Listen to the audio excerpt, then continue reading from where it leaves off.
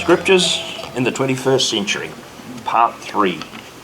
I've entitled this episode, Universal and Particular, because I want to delve into the reason why Yahweh, God, placed Adam in the Garden of Eden, and why the scriptural narrative focuses on Adam and his descendants between the end of the sixth creative day and the destruction of all breathing life in the flood of Noach.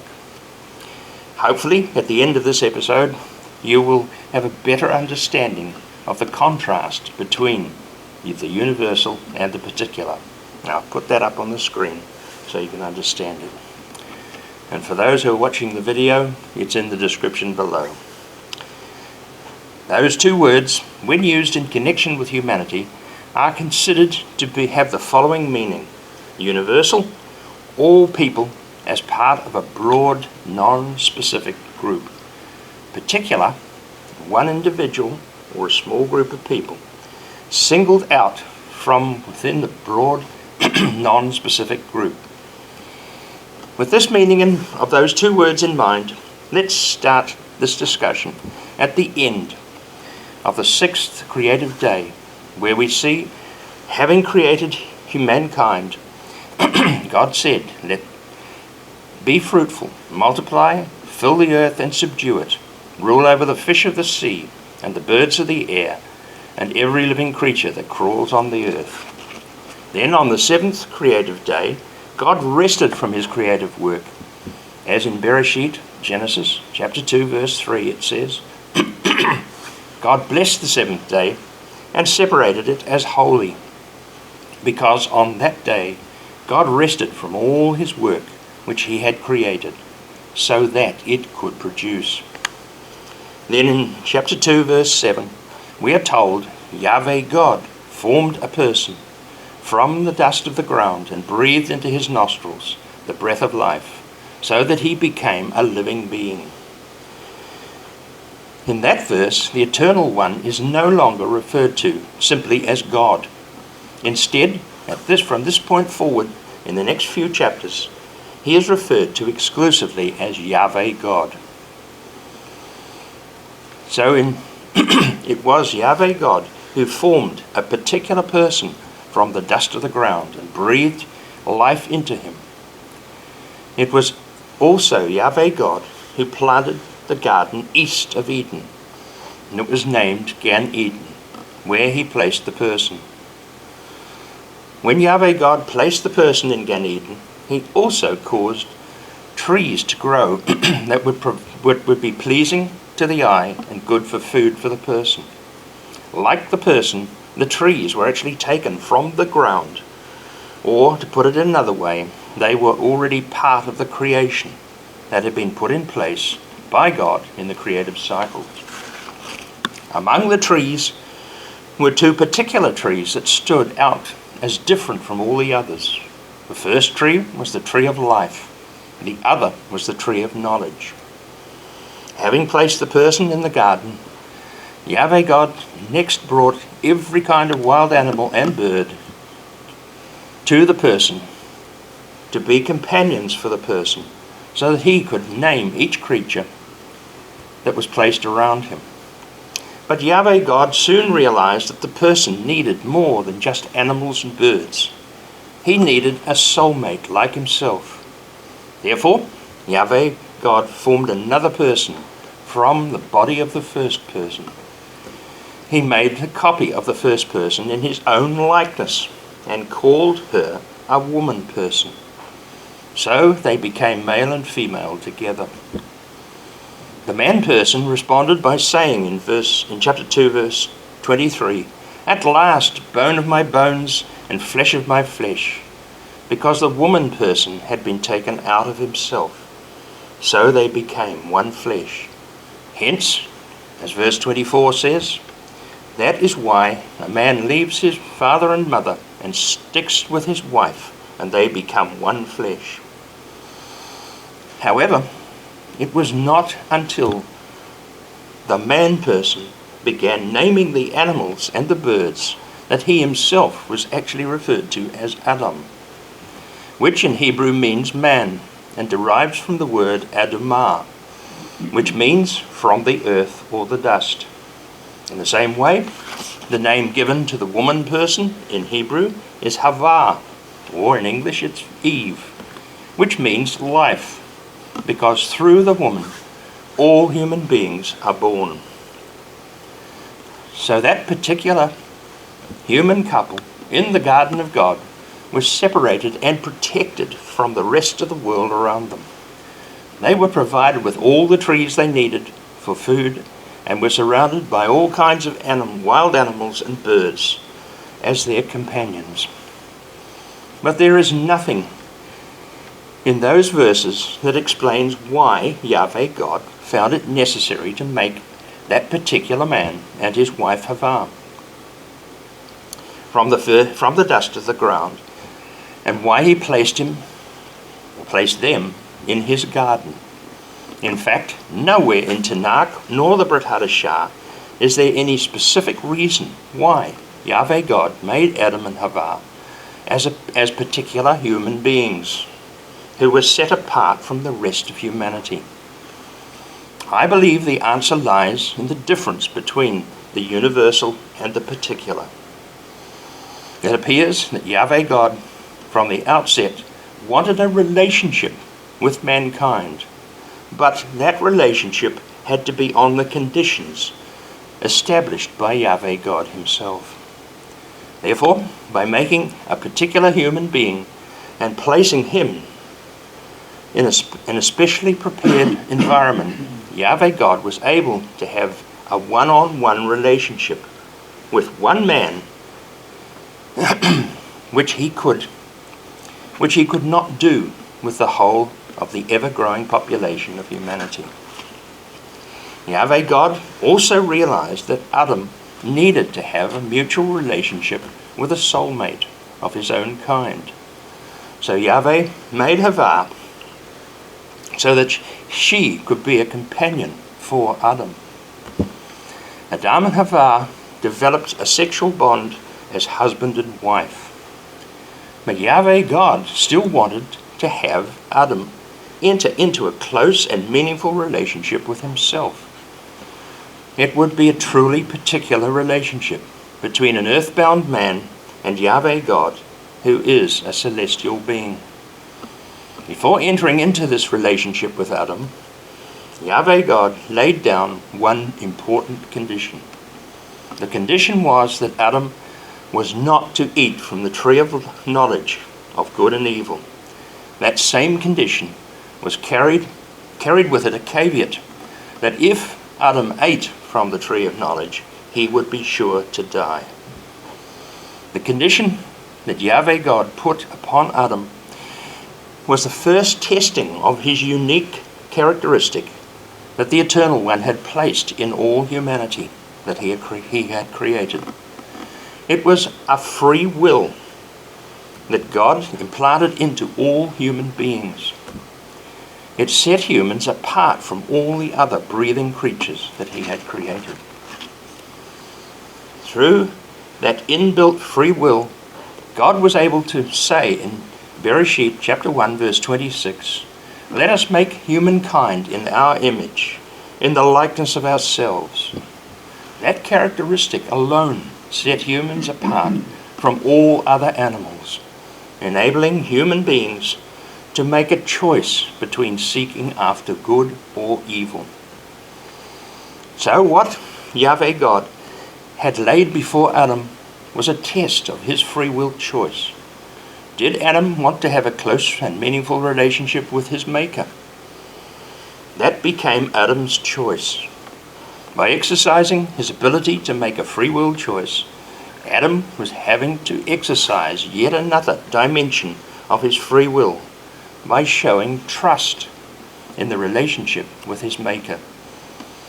The significance of trust is not clearly defined until we come to the words of Shaul in Hebrews chapter 11 verse 6, where he explains that without trusting it is impossible to be well-pleasing to God, because whoever approaches him must trust that he does exist and that he becomes the rewarder to those who seek him out.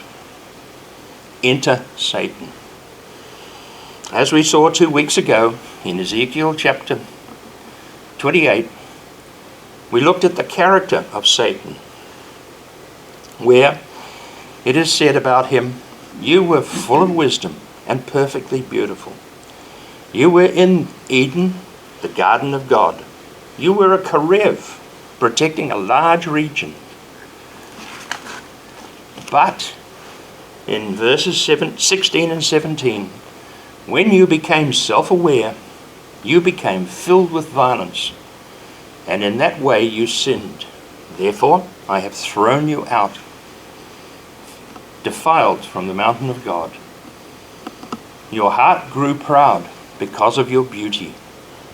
You corrupted your wisdom for the sake of splendor. As Ezekiel chapter 28 says, Satan was in Eden, the garden of God, as he had been vested with responsibility as a Karev, or a guardian angel, to protect a large region of the earth. But then he fell victim to his own self-importance and became jealous of the relationship between Yahweh God and the man he'd placed in the garden, Adam. So using the serpent as his proxy, Satan first challenged Havah about eating the forbidden fruit. She in turn coerced Adam into also eating, even though Adam knew full well, he was aware of God's command that Yahweh God had earlier given to him. The result was that he exercised his free will choice and elected to defy Yahweh God. Hence, the relationship between Yahweh God and Adam was broken. From that time onward, Adam and Havah were thrown out of Gan-Eden and made to fend for themselves among the rest of humanity and the wild animals. What we learn from the whole scenario of the Garden of Gan-Eden is that it was always, it's always been the desire of Yahweh God, that whom we now know, of course, as Yeshua, to have a meaningful relationship with human beings. That desire on the part of Yeshua has never changed at any stage in the 6,000 years of human development. But between the time when Adam and Havah were thrown out of the Garden of Eden and the destruction of the flood of Noach, there was a continuing conflict between Satan and Yahweh God. Satan used many devious ploys to bring an end to Yahweh God's desire for a good and meaningful relationship with mankind.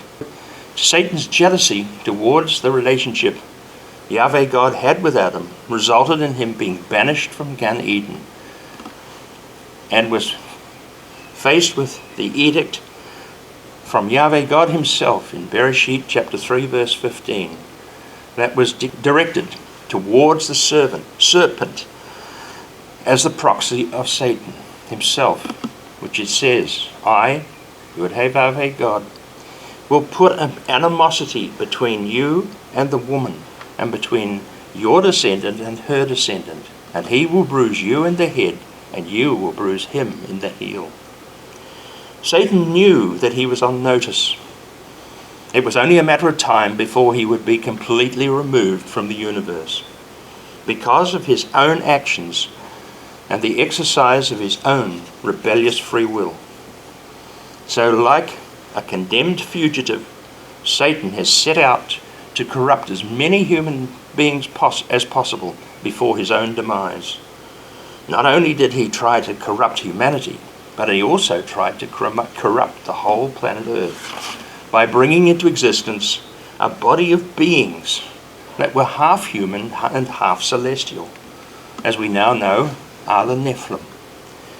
By encouraging his fellow sons of God, whom we read about in the opening words of the book of Job, he invited them to have intercourse with the daughters of men, who, of course, developed a super race. Being half celestial, they survived the flood and continued to wreak havoc amongst the earthbound humans. However, the same angelic forces that had corrupted the earth through their procreation with the daughters of men were, at the time of the flood, imprisoned, as we're told by 1 Peter, chapter 3, verses 18 through 20, where Kepha says that after he was resurrected, Yeshua went down and visited the imprisoned spirits, proclaiming that their future fate would be the same as that of their promised to their master, Satan. Hence, after 7 generations from Adam through the line of Shet, YHVH God selected Noach as his family from among all those living at that time. They alone survived the flood and repopulated the planet. So the age in which we are now living, of course, actually began to develop from just 8 human beings. So returning back to Bereshit chapter 3 verses 4 and 5, what Satan said through the serpent to Havah was in reality a half-truth when he said, "It is not true that you will surely die, because God knows on the day that you eat the fruit, your eyes will be opened, and you will be like God and know good and evil." The first part of his statement was a lie when he said that they would not die. But the second part was true, because they would of course come to know the difference between good and evil. However, at that stage of his journey, Adam did not need to know the difference between good and evil. After all, he was living in God's own garden, surrounded by all the food he needed, a wife as a soulmate, and all the animals and birds as company. But in the words of Shaul, we begin to see the full significance of that first challenge that Satan made towards all mankind. As Shaul says in Romans chapter 5, verses 12 through 13, "Here is how it works.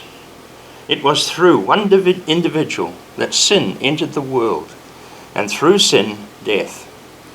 And in this way, death passed through the whole human race, inasmuch as everyone has sinned.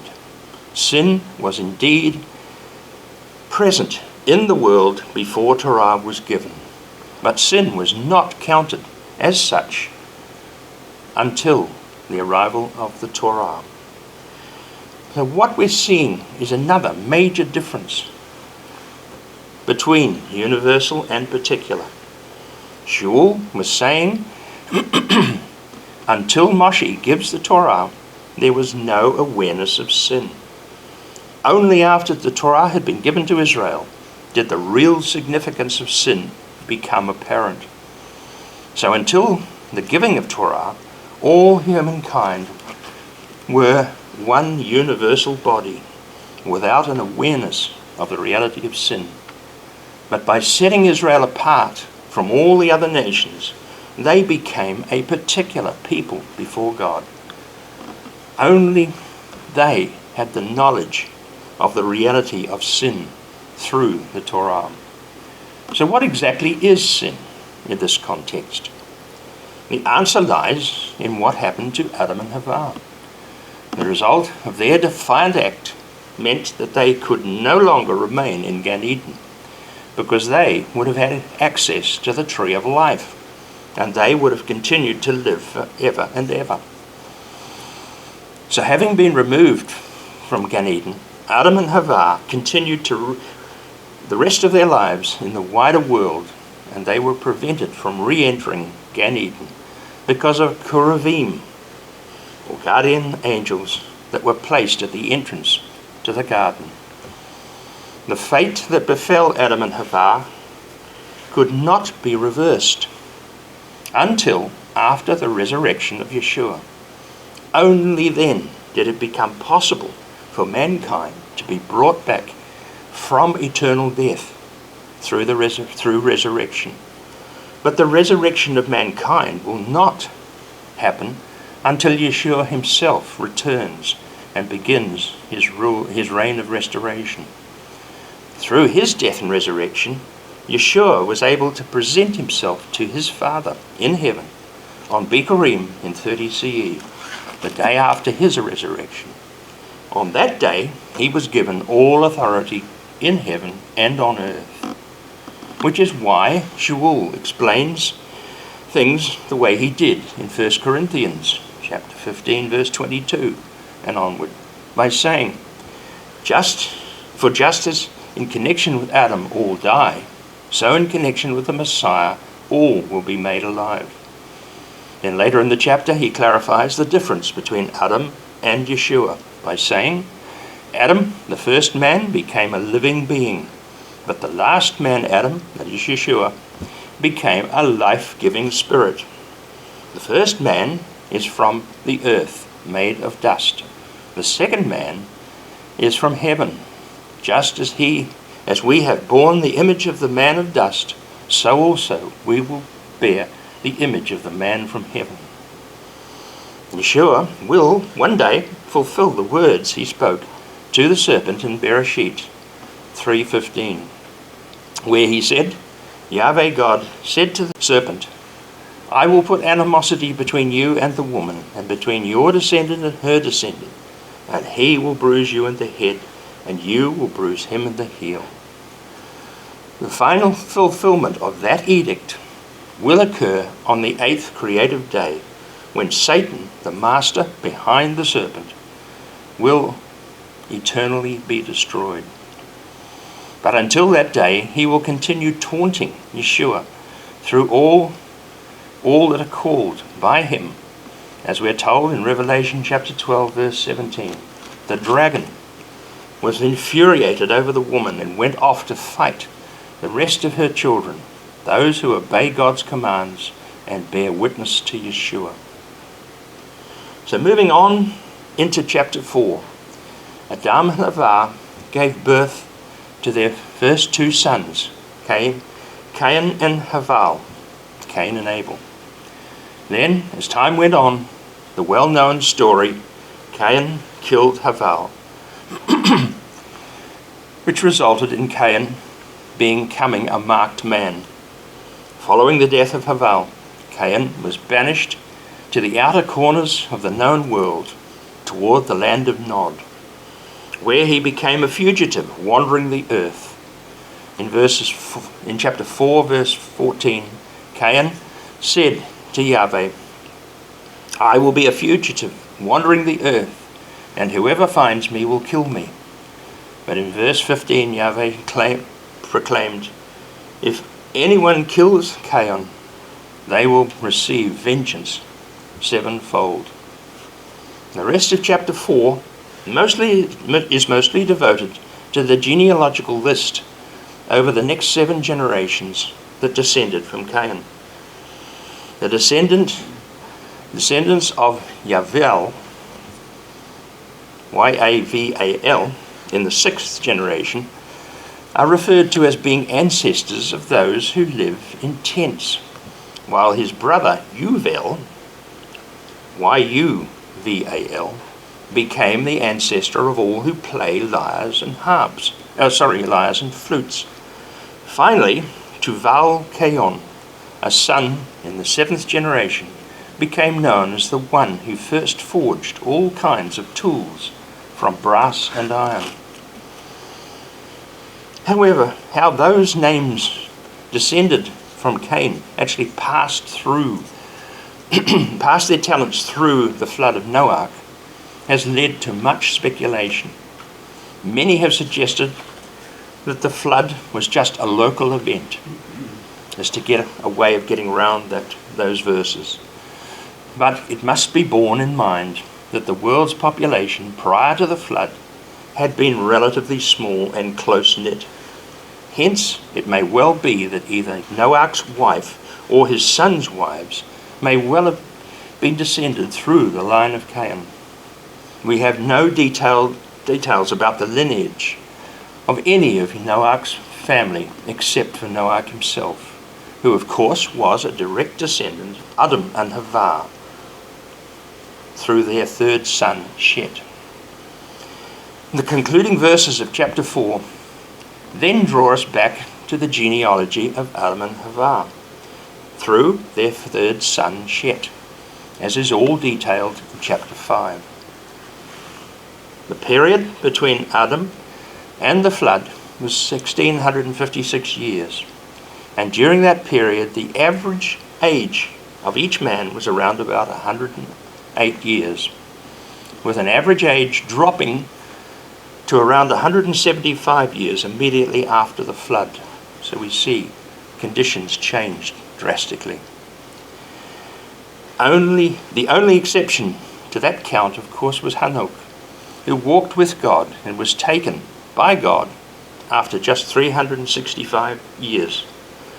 But he fathered Methuselah, who was, by contrast, the man who lived the longest at 969 years. So moving on, finally, to chapter 6, we see it opens with reference to the sons of God, who, along with the daughters of men, produced the Nephilim. Then in verses 5 and 6, Yahweh saw that the people of the earth were very wicked, that all their imaginings of their hearts were always evil only. Yahweh regretted that he had made mankind on the earth. It grieved his heart. Because of the corruption Yahweh encountered, he decided that it was time to destroy all earthbound creatures, including humans. Even Adam and Havah had failed to be obedient and brought Yahweh to the realization that it was necessary to start all over again. So Yahweh made an edict that he would bring an end to the lifespan of humanity after 120 years. That stated period has caused considerable confusion among scholars and teachers. Many have suggested that it relates to the time it took Noah to build the ark. Others have suggested that it is the lifetime of every human being. But there has only been one person in the whole of Scripture who lived for exactly 120 years. That was Moshe, and even before the flood and after the flood have been recorded as living much longer than 120 years. In Psalm 90, in relation to the age of mankind, Moshe says in verse 10, "The span of our life is 70 years, or if we are strong, 80, and it's over in a moment, and then we are gone." That in no way relates to what Yahweh said in Bereshit chapter 6 verse 3. So Yahweh, when wanting to destroy all humankind, must have been speaking about a period far longer than 120 literal years. So when we consider the Hebrew word behind the English word or year, we find the word shana, which can mean many different length periods. It basically refers to a cycle of time. Therefore, when viewed in the context, it makes much more sense that Yahweh was actually speaking about a length of time that mankind would take to develop and reproduce during the Creator's rest period. As we saw last Shabbat, each of the 6 creative cycles or days lasted for 7,000 years. Therefore, as the Creator is resting for 7,000 years, it makes sense that the development and restoration period combined would also be 7,000 years, the same length as his rest period. Hence, what I believe Yahweh was saying in Bereshit chapter 6 verse 3 was that the 120 cycles were actually 120 yovels, that is, 50-year cycles, which of course totals up to 6,000 years. Add on another 20 yovels, or 1,000 years, of Yeshua's restoration cycle, and we see how we have the full 7,000 year creative rest period when God allowed mankind and the planet to develop. Yahweh had desired a meaningful relationship with Adam. But what happened? Adam failed to remain obedient to what Yahweh had commanded by eating the forbidden fruit. It meant that Yahweh had to remain distant from mankind throughout that 1656 years between Adam and the flood. By dealing with humanity only on a universal basis, Yahweh could not find one individual with whom he could actually have a personal and particular relationship. Finally, at the time of the flood, only Noah from all mankind was found to be righteous and wholehearted toward Yahweh. So rather than seeking a particular relationship with Noach, Yahweh gave him the responsibility to save humanity and the breathing creation from the total destruction. Now, in this 21st century, as we are approaching the time of Yeshua's return, once again the world is in a condition similar to the time, what it was like in the time before the flood. Hence, Yeshua also warns his emissaries in his last days as he sat on the Mount of Olives, the last evening before his last meal with them. He said to them and reminded them about the days of Noach, where he said in Mattityahu, Matthew chapter 24, verses 36 to 39, "When that day and hour will come, no one knows, not the angels in heaven, nor the Son, only the Father. For the Son of Man's coming was just as for the Son of Man's coming will be just as it was in the days of Noach. Back then, before the flood, people went on eating and drinking and taking wives and becoming wives, right up until the day that Noach entered the ark. And they didn't understand what was happening until the flood came and swept them all away. It will be just like that when the Son of Man comes." Hopefully, we now have a better understanding of the contrast between the two different types of people, those who have been defined as universal and the ones whom Yahweh consider as particular.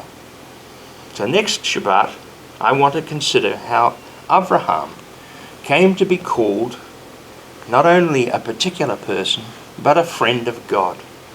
He became a truly particular person in the eyes of Yahweh. As it says in Isaiah chapter 41 verse 8, Yahweh called him his friend. We are eligible to be considered as particular by Yahweh. But we, to have a close relationship, must recognize that Yeshua is our older brother. And we can be then considered part of God's family. So, as we see these things at this time presented before us, it is time to us to draw closer to that particular relationship with Yeshua and his Father as we await for his return. So next week we will look at how Abraham became a friend of God. Shabbat Shalom.